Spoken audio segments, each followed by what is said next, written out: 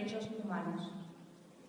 Hecho que vincula mi interés profesional de profundizar y sensibilizar sobre la historia, la cultura y formas de vida de más de 300 millones de personas que forman alrededor de 5.000 poblaciones indígenas en 70 países del mundo. Quiero destacar su condición de opresión, exclusión, de los procesos de toma de decisiones, marginación, explotación, asimilación forzosa y represión cuando tratan de pugnar por sus derechos. Violados todos sus derechos, expulsados de sus tierras, sus costumbres, su religión y desposeídos de su entidad, vulnerando así la dignidad como seres humanos. Hoy, 10 de diciembre, Día de los Derechos Humanos, como ciudadana de origen peruano, significo la lucha de algunos de los defensores de los derechos humanos de los indígenas de Perú. Entre ellos, he de destacar desde Micaela Bastidas y su esposo Tupac Amaru hasta Tarsila Rivera Sea, activista quechua, presidenta de Chilpa, Centro de Culturas Indígenas del Perú, elegida como miembro del Grupo Asesor Internacional de ONU Mujeres, designada por Michelle Bachelet. Destaco el gran activismo y lucha pacífica también de Gandhi, de la India. El gran problema de la comunidad indígena es su falta de educación y formación.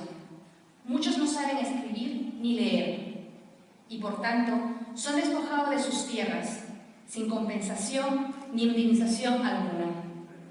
Nadie los apoya ni los reclama, y los medios de comunicación no informan sobre su situación. Cuando llegan a ser perseguidos, se convierten en refugiados y en muchas ocasiones estamos ante crímenes de lesa humanidad. Destacándose en la última década la existencia de muchísimos femicidios. Existe un marco jurídico internacional de protección de sus derechos, sí. Nace la Declaración de Naciones Unidas, cuyos artículos 7, 8, 10 y 26 y los convenios de las internacionales como ese de la OIT, que protegen sus derechos. Promueven la identidad de su cultura, la posesión de sus tierras y la tutela de los estados, de sus costumbres, tradiciones y la promoción de sus derechos hasta la adecuada reparación. ¿Qué reto tenemos? Trabajar como objeto común desde la comunidad internacional, los estados y la sociedad civil por la afirmación de la identidad y el reconocimiento de los derechos de los pueblos indígenas, con miras a la construcción de una sociedad más justa, democrática e intercultural.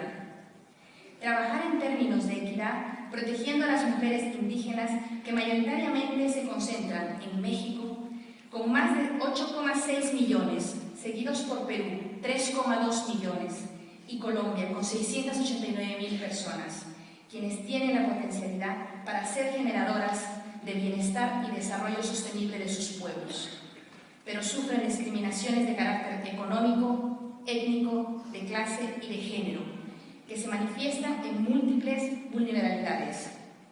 El fenómeno de migración tiene muchas veces consecuencias negativas en las condiciones de vida de las mujeres indígenas, ya que ellas terminan viviendo en sitios más pobres, precarios y sin seguridad.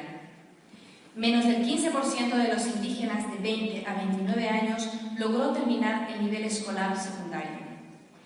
Abordar la pérdida del idioma original como resultado del proceso de escolarización, que la maternidad adolescente de 15 a 19 años sigue siendo mayor entre las indígenas de todos los países, con un rango que va entre casi el 12% en Uruguay y a un 30% en Panamá.